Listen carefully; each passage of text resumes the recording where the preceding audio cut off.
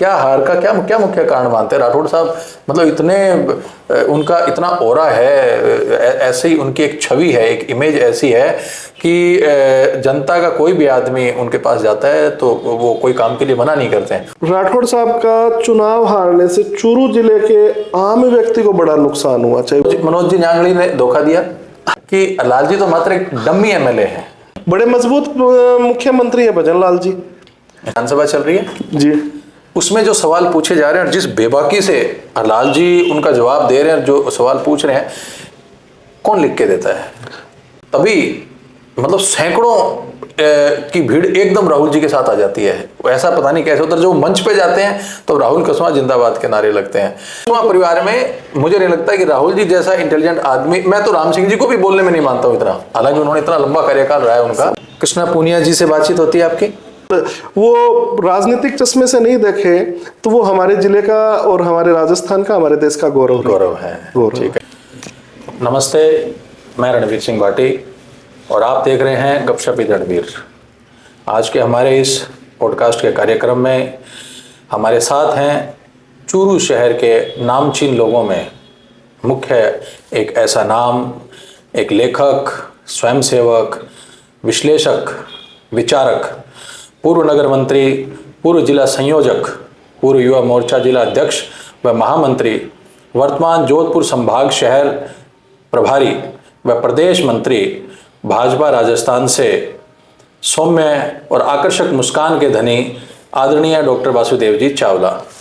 मैं आपका हमारे इस आज के पॉडकास्ट में स्वागत करता हूं। आपने अपने व्यस्ततम क्षणों में से हमें समय दिया, इसके लिए आपका कोटि कोटि आभार। आप ठीक हैं? धन्यवाद रणवीर जी, आपने इतना कहा, आपने कहा उतना मैं हूँ नहीं कि आपने व्यस्ततम समय में से समय दिया। मैं जब कलकत्ता था तब से ही आपका मैसेज बार बार आ रहे थे। जी जी जी जी। और आज मैं आया हुआ था तो ये मेरा सौभाग्य है कि मैं आज आपके साथ बैठा हूँ।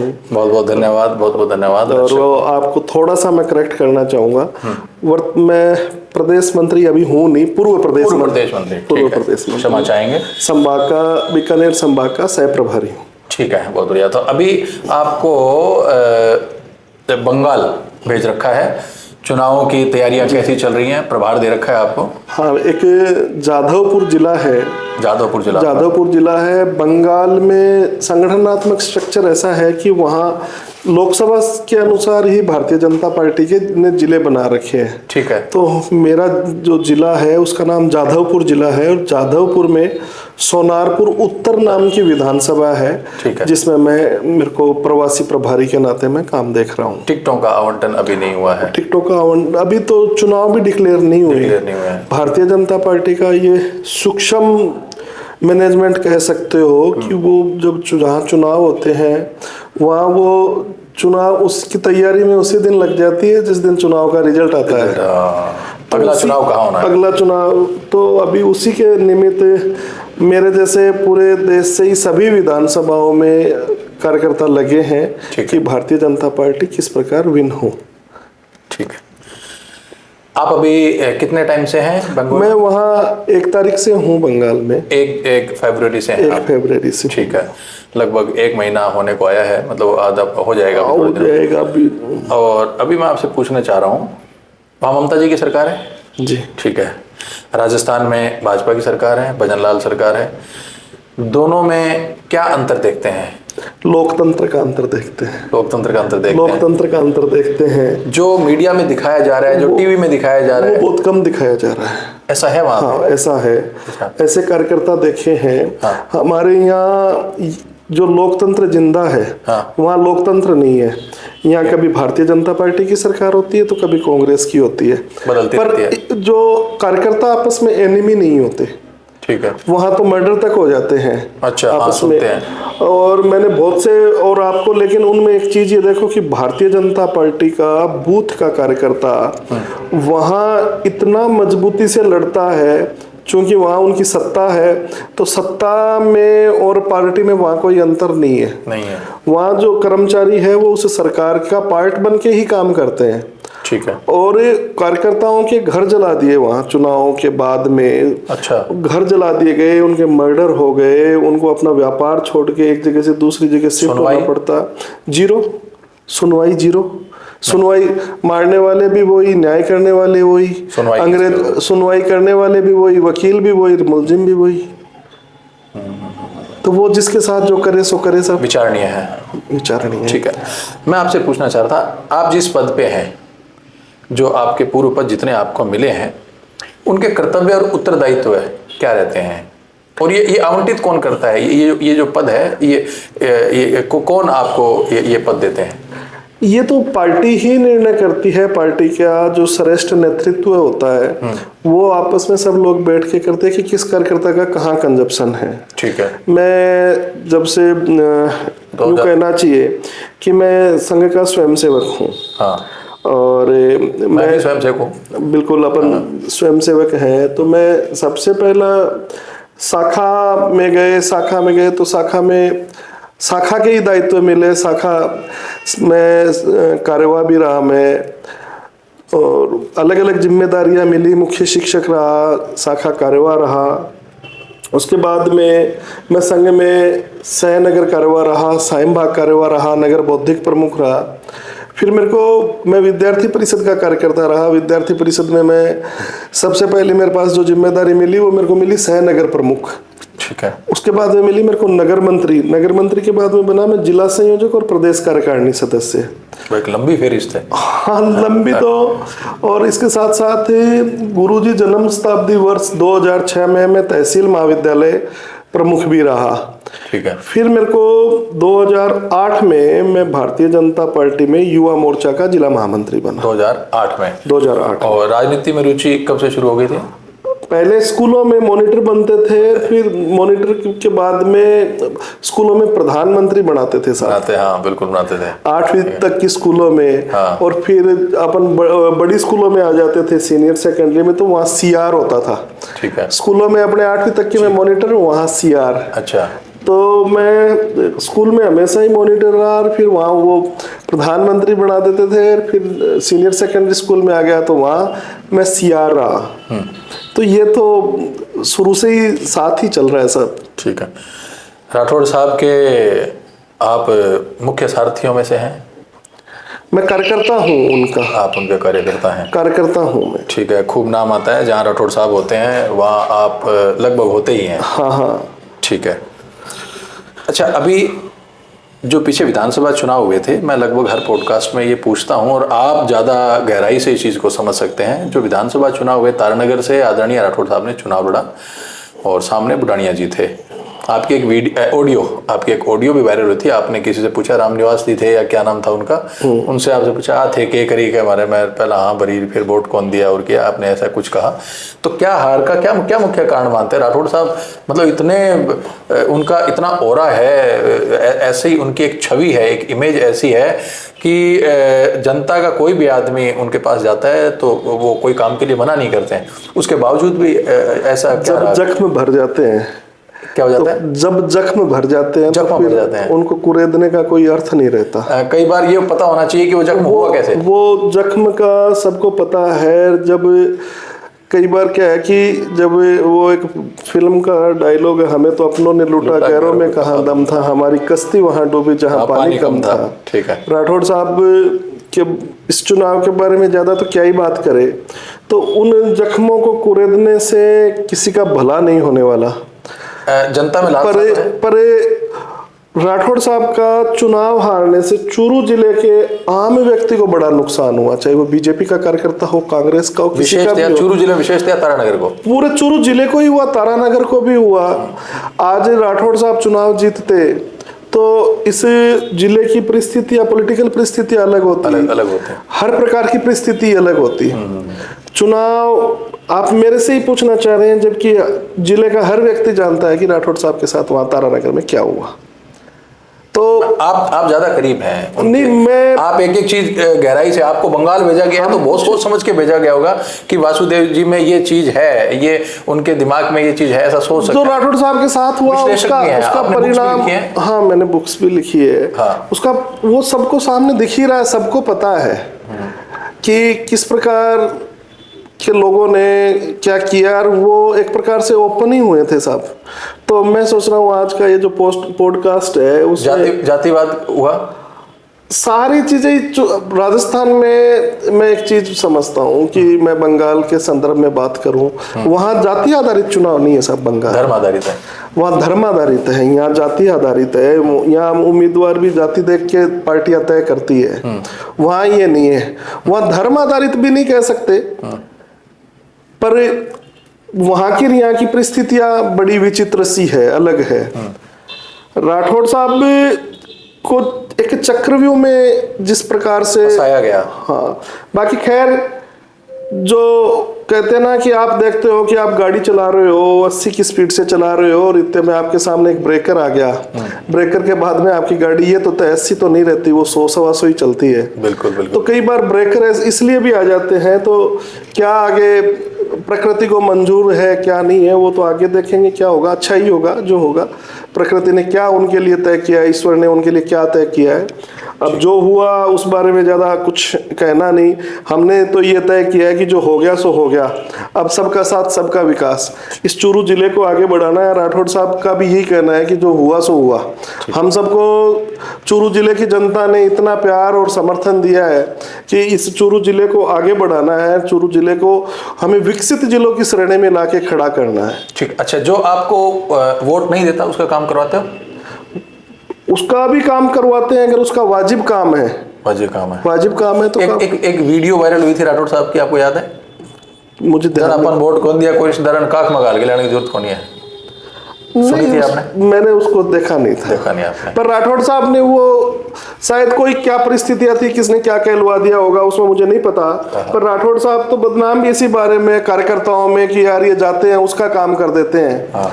तो ये उसका राठौड़ साहब के पास तो आप देखो जो लोग उनका घोर विरोधी है वो उनका भी काम करते हैं। राठौड़ साहब काम करने के मामले में तो नहीं, उनके बारे में एक चीज हो रहा है कि जो उनका विरोधी है वो भी उनका कहीं ना कहीं प्रशंसक है। हाँ, प्रशंसक है साहब वो उनके और राठौड़ साहब के बारे में तो एक बात ये भी है, मैंने अभी परसों एक मेरी पोस्ट वायरल हुई थी उसके बारे में भी लिखा कि राठौड़ साहब का विरोधी वही है जो राठौड़ साहब से नहीं मिला या उनसे उनका काम नहीं पड़ा। बिल्कुल बिल्कुल ठीक बात है। मैं पर्सनली बहुत अच्छे से उनको जानता हूँ, मिलता रहता हूँ और उनका स्वभाव बहुत अच्छा। डांट खाई है कभी आपने उनकी? हाँ, बहुत बार खाई है। डांट देते हैं तुरंत? हाँ, डांट देते हैं तुरंत। उस बारे में तो उनको वो कोई परहेज नहीं करते हमसे, क्या किसी के लिए भी नहीं करते। वो एक पिता के रूप में है। हाँ हाँ, वो पिता के रूप में, एक अध्यापक के रूप में, एक गुरु के रूप में। डांट भी इतनी कि वो प्यार से पिलाते हैं कि तो वो डांट नहीं होती, वो क्लास होती है साहब। बाद में फोन करके मतलब बहला लेते हैं फिर? नहीं, वो तो इस बारे में ऐसा नहीं है, पर वो जो गलती करते हैं तो वो फिर बताते ही हैं, बताते हैं यहाँ गलती किया। ठीक है, कुछ ही दिनों बाद फिर लोकसभा चुनाव भी हुए, उसमें भी राठौड़ साहब ने खूब दमखम लगाया। आप भी खूब, मैंने जगह जगह देखा, आप रैली में थे, हर जगह आप उनके साथ में गए, खूब उनका सहयोग किया। फिर चुनाव आ गए। चुनाव कुछ परिस्थितियां ही ऐसी बनी, वो मनोज जी न्यांगली ने धोखा दिया। मनोज जी न्यांगली इस बारे में तो अब मैं तो क्या कहूँ साहब, आपके सामने बात तो आई होगी, सुनी तो होगी। वो किसी का व्यक्तिगत रूप से किसी का नाम लेके उन्होंने अभी 6 फरवरी को आपने उनकी स्पीच सुनी थी? नहीं, मैंने आपने स्पीच नहीं सुनी? नहीं, मैं तो बंगाल था। ठीक है, स्वर्गीय वीरेंद्र जी न्यांगली की पुण्यतिथि थी और रक्तदान शिविर लगाया गया था। उन्होंने भरे मन से ये कहा था कि जिन लोगों को हमने वोट दिलवाए वो आज हमें ये कह रहे हैं कि हमें चुनाव हरा दिया, तो मैं खुल के कहता हूँ मैंने चुनाव हरा दिया। उस पर क्या कहना चाहेंगे? मैंने सुना नहीं तो मुझे उनके बयान की गहराई का पता नहीं, तो मैं कोई टिप्पणी करने के लिए इसके लिए सक्षम नहीं हूँ। ठीक है, ठीक। हरलाल जी सारण अभी विधायक बने हैं। आप लोगों की एक बड़ी मजबूत टीम है। आप हैं, हरलाल जी हैं, राठौड़ साहब हैं, विक्रम कोटवाल साहब हैं, ओम जी किचन हैं। मतलब चूरू का तो हर कार्यकर्ता ही मजबूत है। हाँ, पूरे जिले का ही कार्यकर्ता भारतीय जनता पार्टी तो का। आपको ये सुनने में आता है कि हरलाल जी तो मात्र एक डम्मी एमएलए हैं?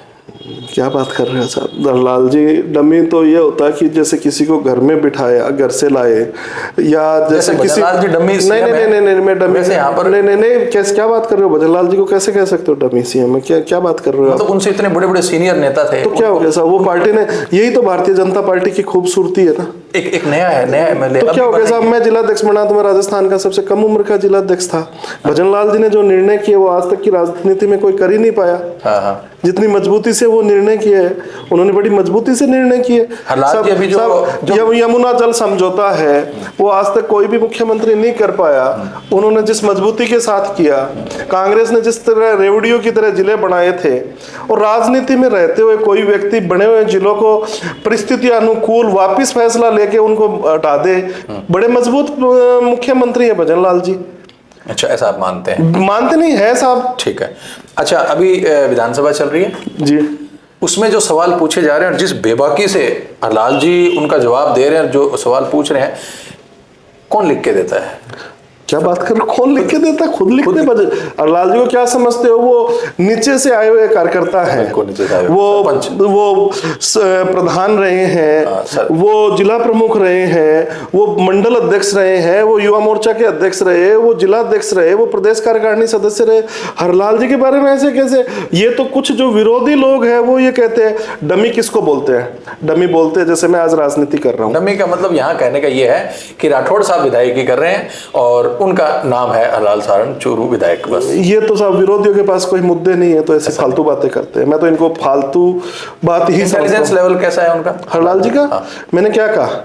हरलाल जी बड़े, आप उनकी हरलाल जी और राठौड़ साहब की जोड़ी 1 और 1 2 नहीं, 1 और 1 11 होती है साहब। और ये देखो उनके कारण आज दोनों की जीवंतता के कारण यहाँ कृषि महाविद्यालय बन गया, यहाँ रिंग रोड बन जाएगी, यहाँ फ्लाईओवर्स बन रहे हैं, एलिवेटेड रोड बन रही है साहब, यहाँ सैटेलाइट हॉस्पिटल बन रहा है। तो ये उनकी जीवंतता है साहब।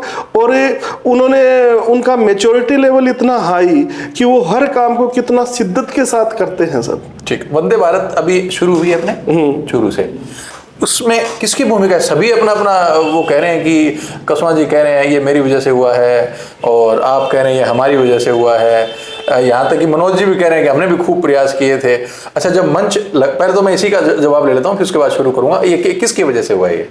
ये नरेंद्र मोदी जी के विजन के कारण हुआ। ठीक। और अच्छा। नरेंद्र मोदी जी के विजन के कारण, जो नरेंद्र मोदी जी का विजन है सबका साथ सबका विकास, ये हमारे पूर्व नेता प्रतिपक्ष माननीय राठौड़ साहब का विजन, ये हमारे हरलाल जी की जीवंतता, हमारे सारे नेताओं की जीवंतता, हमारे देवेंद्र झाझड़िया जी का इसके लिए पीछे पड़ना, हमारे सभी जो विधायक प्रत्याशी है माननीय राजकुमार जी हैं, अविनेश जी, सारे लोग लगे हैं इस जिले के विकास के लिए लगे हैं। निजी रूप से मुझे आपका उत्तर बहुत पसंद आया है। मैं सोच रहा था कि आप इसका पूरा क्रेडिट सिर्फ राठौड़ साहब को देंगे। नहीं, पूरी की पूरी टीम है साहब। राठौड़ साहब के नेतृत्व में हम सब लोग काम करते हैं। आप चाहो तो भले ही उनको मिलता है, हम सबको अपने आप ही हमारे हिस्से में आ ही जाता है साहब। बिल्कुल ठीक है। अच्छा, जब ट्रेन चली तो वहां से कसवा जी साथ में थे जहां से चली, और जब सादुलपुर रेलवे स्टेशन पर पहुंची तो वहां एक बहुत अच्छा भव्य मंच लगाया गया था। उसमें आदरणीय मनोज जी थे और जितने भी भाजपा के जो वहां के कार्यकर्ता थे वो वहां पर मौजूद थे। फिर एक ऐसा दृश्य हुआ और बड़ा शांत चल रहा था। पता है आपको? पता नहीं है आपको, मैं बताता हूँ। तो जब ट्रेन आती है तभी मतलब सैकड़ों की भीड़ एकदम राहुल जी के साथ आ जाती है। ऐसा पता नहीं कैसे उधर जो मंच पे जाते हैं तो राहुल कसवा जिंदाबाद के नारे लगते हैं, जबकि वो एंटी पार्टी में है। और ये आपने बताया कि अभी मोदी जी के और पूरी टीम की वजह से ऐसा कुछ हुआ है, और वहां जाके पूरे कार्यक्रम को हाईजैक कर लेते हैं वो। तो जो लोग हैं धीरे धीरे, जो अन्य जो भाजपा के जो नेता और कार्यकर्ता बैठे वो धीरे धीरे वहां से सिरकने लग जाते हैं और वहां राहुल कसवा जिंदाबाद के नारे लगते हैं। तो उस समय राहुल जी एक बात कहते हैं, जैसे अभी मैंने ये इसलिए जोड़ा इसको क्योंकि आपने हरलाल जी का इंटेलिजेंस लेवल बताया, तो उन्होंने बताया हरलाल जी को तो ये भी नहीं पता कि वंदे भारत ट्रेन के आगे इंजन लगता है या पीछे इंजन लगता है। ये सच कहूँ ना तो उनको भी नहीं पता होगा, बाद में उन्होंने चैट जीपीटी या गूगल से देखा होगा राहुल जी। और इसका तो मैं कहता हूँ, मैं एमए पीएचडी हूँ और आप भी पढ़े लिखे हो, उनके ये बात करने से पहले तो उनको भी नहीं पता होगा कहाँ इंजन होगा था। पहले जानकारी ली होगी? नहीं होगी। क्या हो गया, ये क्या बात होगी? उनको क्या पता है कि इंजन कहाँ था कहाँ नहीं था? ये नेताओं के बीच में बहस का मुद्दा हो गया कि उसका इंजन कहाँ है। ये इंटेलिजेंसी का लेवल, राहुल जी देखो इंटेलिजेंट तो है राहुल जी। नहीं, ये उनका इंटेलिजेंसी का लेवल देख लो ना। पढ़े लिखे हैं, अच्छी बात है ना, अच्छी बात है ना साहब, तभी तो हर चीज। कसवा परिवार में मुझे नहीं लगता कि राहुल जी जैसा इंटेलिजेंट आदमी, मैं तो राम सिंह जी को भी बोलने में नहीं मानता हूँ इतना, हालांकि उन्होंने इतना लंबा कार्यकाल रहा है उनका।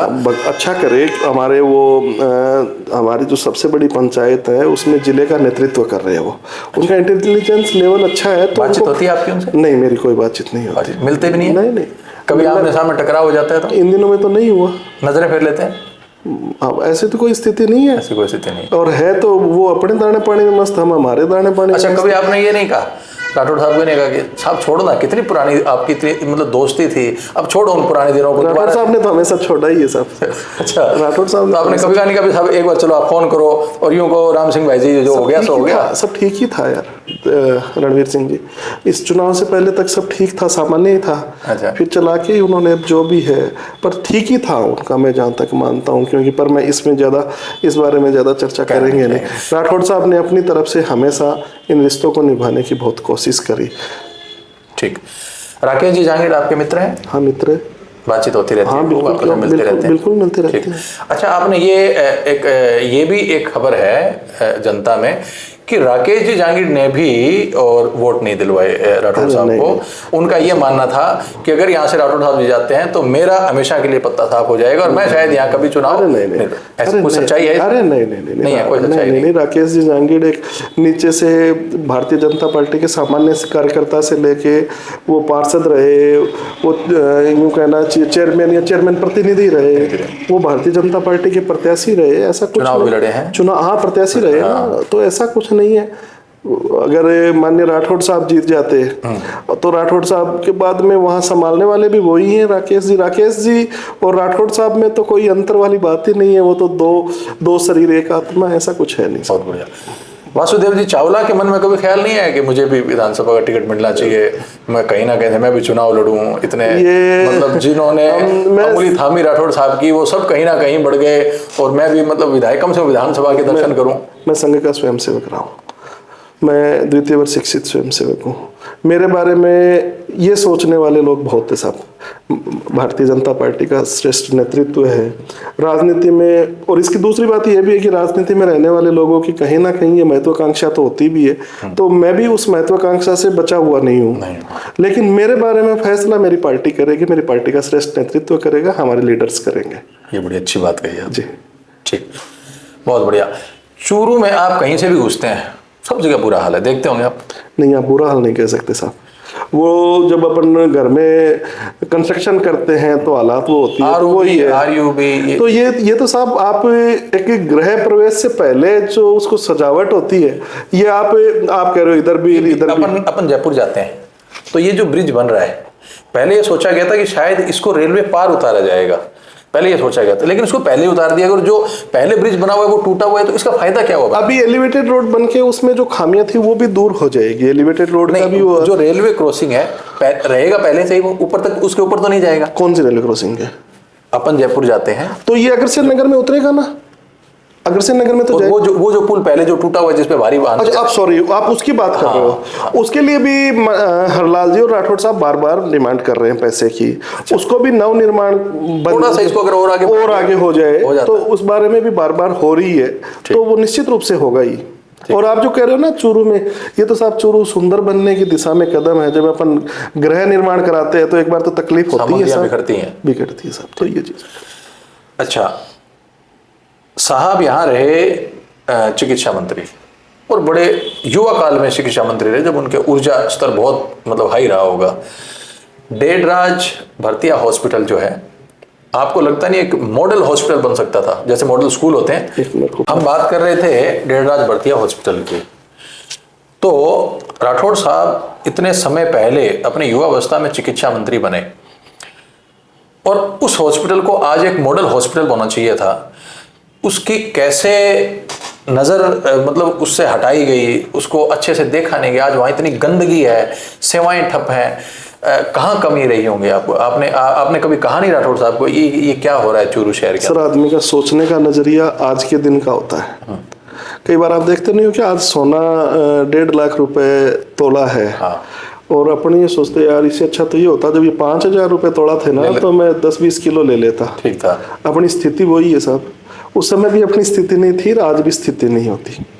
ऐसा स्थिति नहीं, मैं जो समझाना चाह रहा हूँ, जब राठौड़ साहब यहाँ आए थे, जब तो उस समय ये भरतिया हॉस्पिटल कितने बेड का था, आज कितने बेड का है? गंदगी। डेवलपमेंट एक सतत प्रक्रिया है साहब, बिल्कुल है, सतत प्रक्रिया है। हम एक नई कॉलोनी काटते हैं तो वहाँ सबसे पहले अपन ये सोचते हैं यार ये प्लॉट ही ले ले, प्लॉट ले लेते हैं तो मकान बनता है, मकान बनते हैं तो वहाँ 10-20 मकान बन जाते हैं, तो फिर हमें रोड की आवश्यकता होती है, रोड की आवश्यकता होती है, और मकान बन जाते हैं तो हमें नाली की आवश्यकता होती है, नाली की आवश्यकता होती है, हमें बिजली की आवश्यकता होती है, हमें पानी की आवश्यकता होती है, और जब लोग ज्यादा हो जाते हैं तो हमें एक सामुदायिक भवन की भी आवश्यकता होती है, फिर हमें शिक्षा की भी आवश्यकता होती है, फिर हमें हॉस्पिटल की भी आवश्यकता होती है। तो डेवलपमेंट तो बढ़ता जाता है। जिस समय माननीय राठौड़ साहब यहाँ आए, चुनाव लड़ा, उस समय की स्थितियां देखिए साहब आप, और आज स्थितियां देखिए।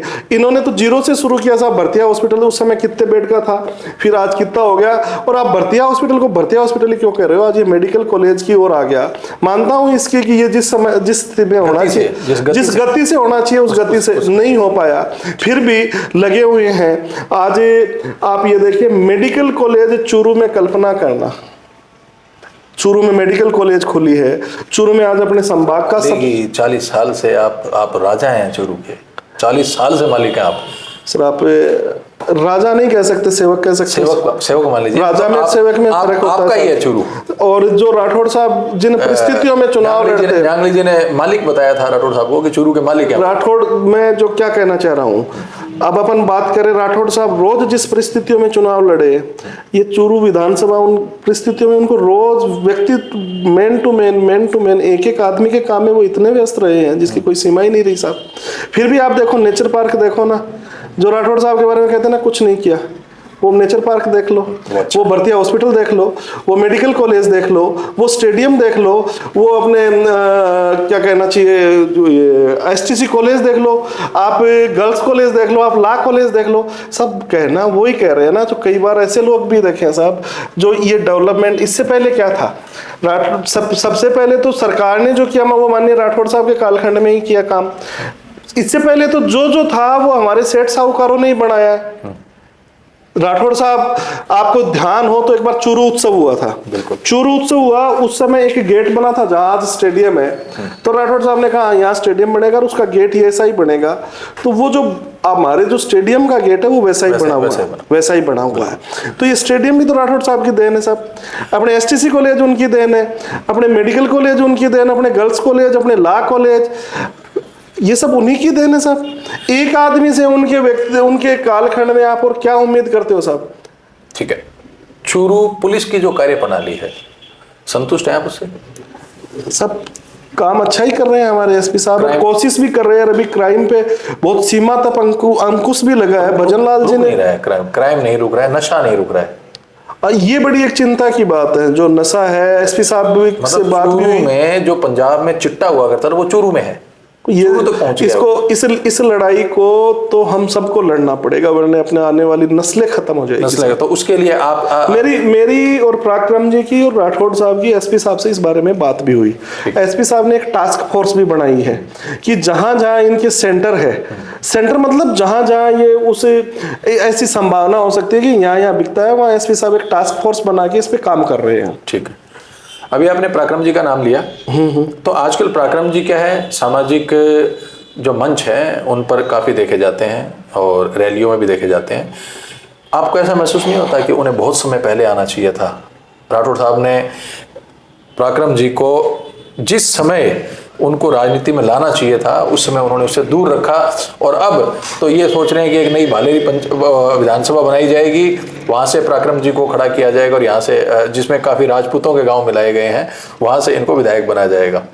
कल क्या होगा, कितनी विधानसभा बनेगी, डिलिमिटेशन कब होगा, क्या होगा? मैं ये पूछना चाहूँगा कि राठौड़ साहब को उनको पहले लाना चाहिए था पराक्रम जी को राजनीति में? ये राठौड़ साहब राजनीति की चलती फिरती विश्वविद्यालय है साहब। ठीक है, उनको पता था क्या करना है क्या नहीं करना है, ये उनको से बेहतर कोई नहीं जानता। उन्होंने ऐसे समय में कभी भी अपने परिवार को मौका नहीं दिया।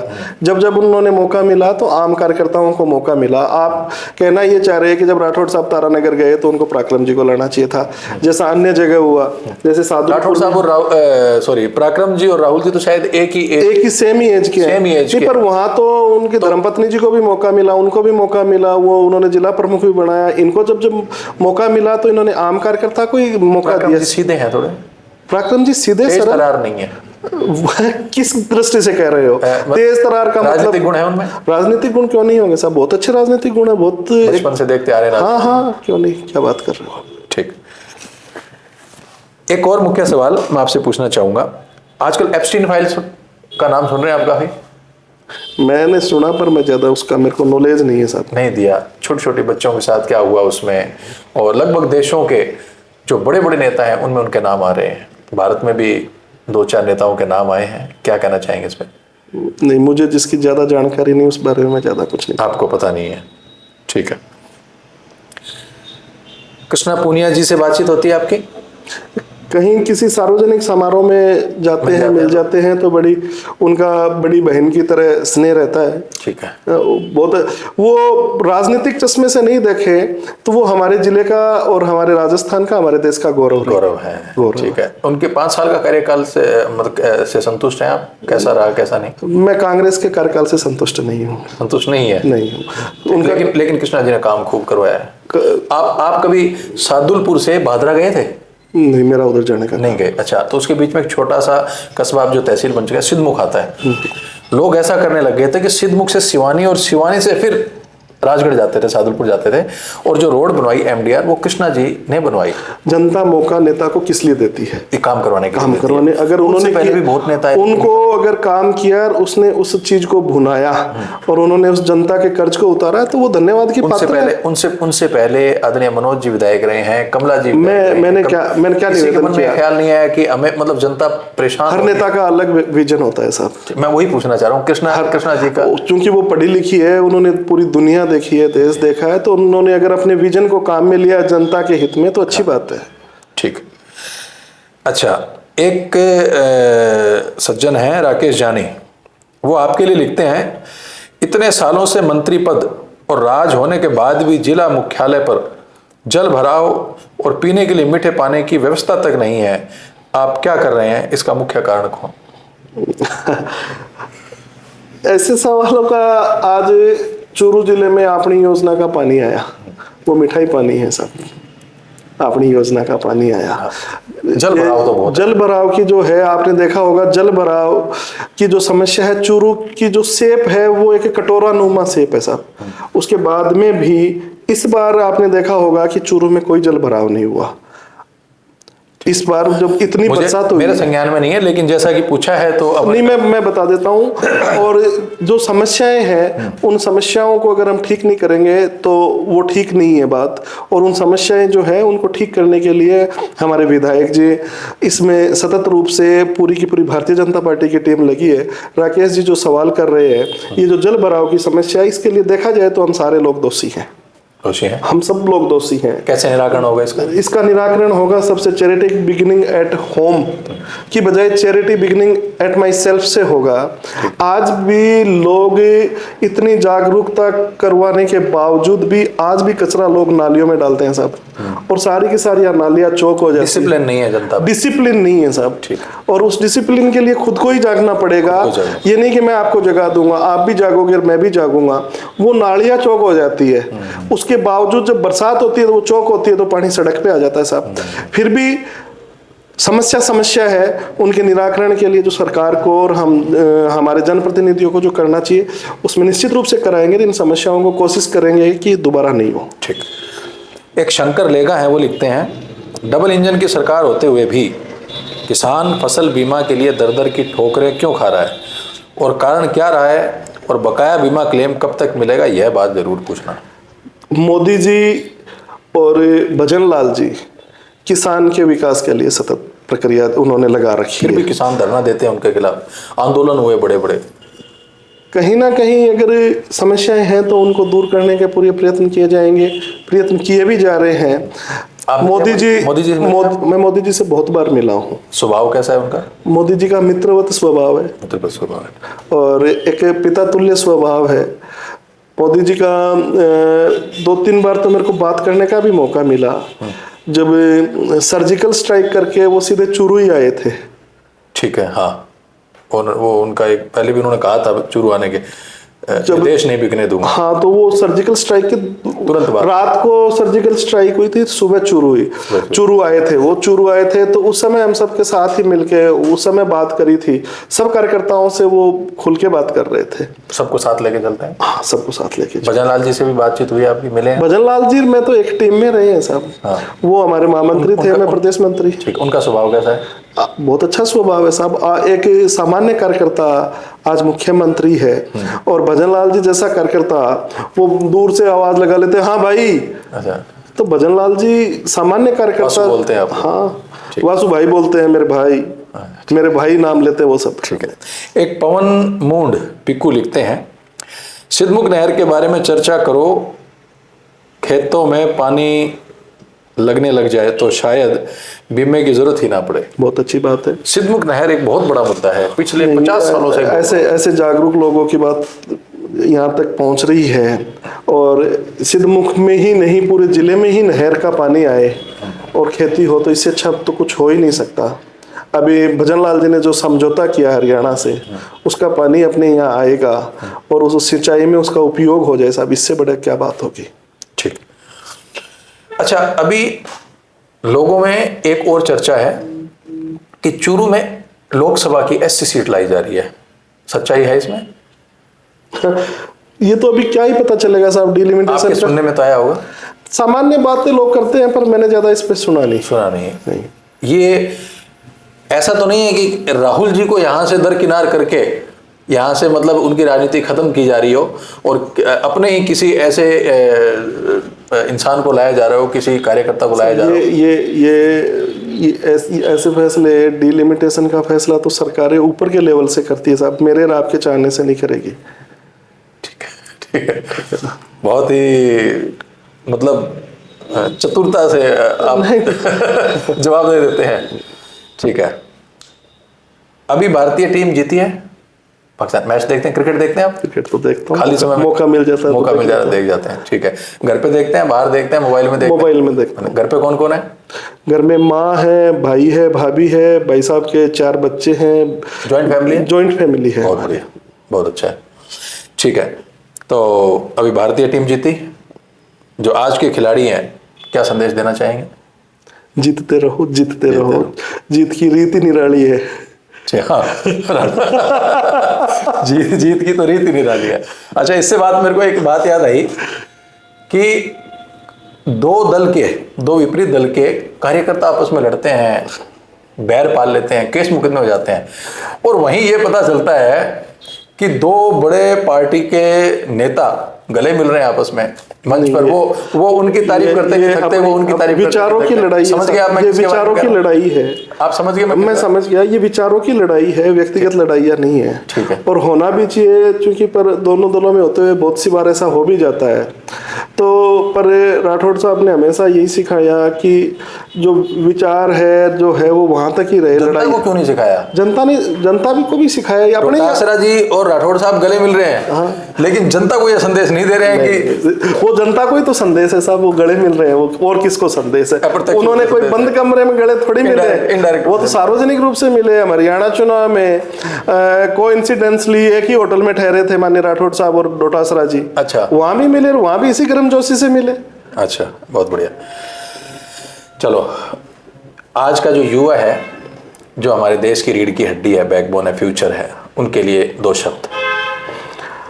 आज हम से, मैं हूँ, आप हो, सब लोग अपने बच्चों को कोई डॉक्टर बनाने की सोचता है, कोई इंजीनियर बनाने की सोचता है, मैं भी हूँ, आप भी है, तो यही सोचते हैं। पर राजनीति में आने के लिए कोई प्रेरित नहीं करता किसी को।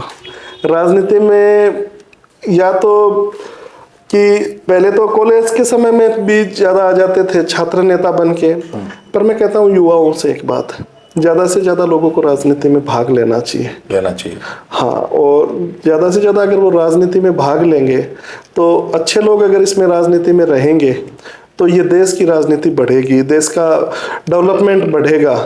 देश का विजन बढ़ेगा, क्योंकि देश का युवा ही तो आगे जाएगा ना साहब। तो राजनीति को भी हेय दृष्टि से किसी को नहीं देखना चाहिए। आज के समय में एक चीज बड़ी ये है, विचित्र बात है कि राजनीति और राजनेताओं को हेय दृष्टि से बहुत देखते हैं सामान्य लोग, बेईमान मानते हैं, जबकि सबसे ज्यादा जो क्लिष्ट देश को चला यही रहे भाई चल ही रहा है साहब, नेताओं के कारण इस राजनीति से ही चलता है। तो राजनीति तो सही मायने में बड़ी पवित्र चीज है, क्योंकि देश को चलाने में जो सबसे अहम भूमिका है, जो सबसे सक्षम जो चीज है, वो राजनीति है। जैसे मोदी जी ने इस चीज को साबित भी किया है साहब। ठीक है, गपशप विद रणवीर के दर्शकों को 2 शब्द। रणवीर जी, आपने जो गपशप विद रणवीर जी इस पॉडकास्ट में जो आप लोगों ने हमारे जैसे जो संघर्षशील लोग हैं राजनीति में, नाम है आप मुख्य चूरू के मुख्य लोगों में उनको लेके विचारों का आदान प्रदान कर रहे हैं। और मेरे लोगों से यही है कि, और युवाओं से भी यही अपील है, हाँ, अगर हम में आपको कोई अच्छी चीज लगती है तो उसको ग्रहण करें, हमें कोई खराब चीज है तो उससे दूर रहे। अच्छी चीज ग्रहण करने की है। और एक चीज और भी है कि अच्छी चीज भले ही किसी के पास भी हो, किसी से भी मिलती हो, उसको ग्रहण करो। और हम सबका एक ये होना चाहिए, उद्देश्य ये होना चाहिए कि माँ भारतीय परम वैभव पर कैसे पहुंचे, हमारा राजस्थान आगे कैसे पहुंचे, हमारा चूरू आगे कैसे बढ़े, हम डेवलपमेंट की ओर कैसे बढ़े। इन चीज़ों पर हम सबका वो रहना चाहिए। राजनीतिक दलों की अपनी विचारधारा हो सकती है, अपनी सारी बातें हो सकती है, पर अंततः हमारा उद्देश्य यही होना चाहिए। मैं आपका ये अंतिम बात है, फिर इसमें मैं आपको एक बात जोड़ता हूँ जो आपने नेताओं वाली बात कही। लोहिया कॉलेज जैसी संस्था आपको कम मिलेगी। लोहिया कॉलेज का मैंने चुनाव लड़ा है, मेरे से पहले और भी लोगों ने चुनाव, वंदना वो आपकी जूनियर रही है। हाँ, तो आप ये देखो साहब, लोहिया कॉलेज में छात्र नेताओं के झगड़े बहुत कम हुए हैं, मैं जहाँ तक समझता हूँ। हम पूरे दिन कैंपेनिंग करके शाम को आके चाय एक साथ पीते थे। लोहिया कॉलेज के जितने नेता हैं चुनाव लड़े, पर शाम को आके चाय एक साथ पीते। तो राजनीति में यही होना चाहिए साहब कि मतभेद हो सकते हैं, मन भेद नहीं हो। ये इस लोहिया कॉलेज ने सिखाया सब। अच्छा, आप देख रहे थे, आप सुन रहे थे आदरणीय वासुदेव जी चावला को। आपने अपने व्यस्ततम जीवन में से आज हमारे दर्शकों को इस पॉडकास्ट के माध्यम से अपने विचार व्यक्त किए, समय दिया। आपका कोटि कोटि आभार, आपका बहुत बहुत thank you Ranveer ji, thank you.